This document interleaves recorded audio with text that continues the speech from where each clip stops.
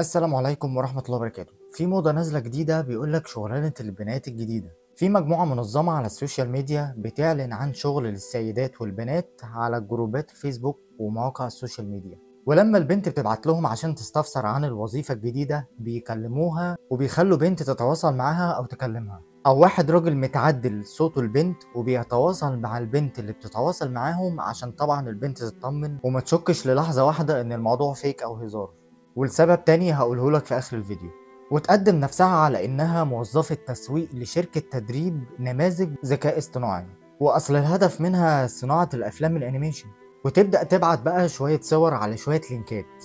طيب تفتكر إيه المطلوب؟ صور بجودة عالية لمسقط الوجه، أمامي وجانبي وشمال ويمين، بحجاب ومن غير حجاب عشان نماذج الذكاء الاصطناعي تتدرب عليها ومحدش يشوفها أبدا. وبيتم إقناع الضحية إن الصور دي مش هيتم نشرها بشكل نهائي، وطبعا لو الضحية وافقت بيدفعوا لها فلوس فعلا وبتفرح بيها شوية.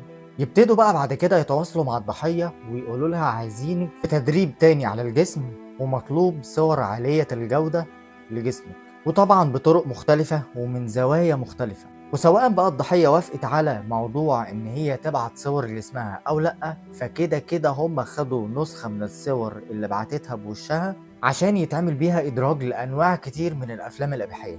يعني بمعنى اصح بيجيبوا فيلم اباحي جاهز زي ما هو ويشيلوا صورة البنت اللي موجودة اللي بتمثل الفيلم، وفي نفس الوقت يحطوا صورة الضحية على نفس الفيلم وكأنها البطلة.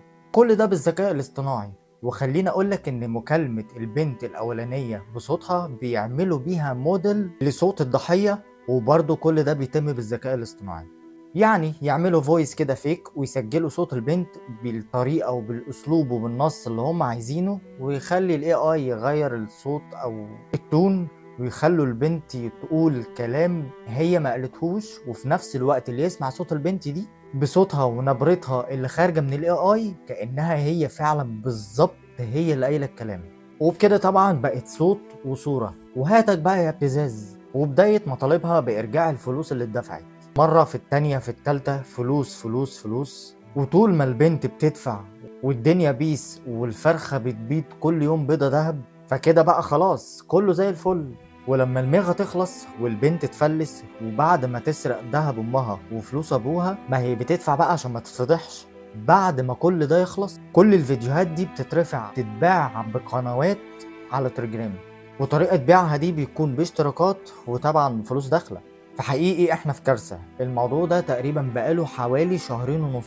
وخلي بالك يا بنت الناس عشان الموضوع ده بينتشر بسرعة البرق بعد مراجعة اكتر من حالة، وللأسف صعب ان انت تعمل تتبع لأي نوع من العصابات دي. دمتم في رعاية الله وأمنه. سلام.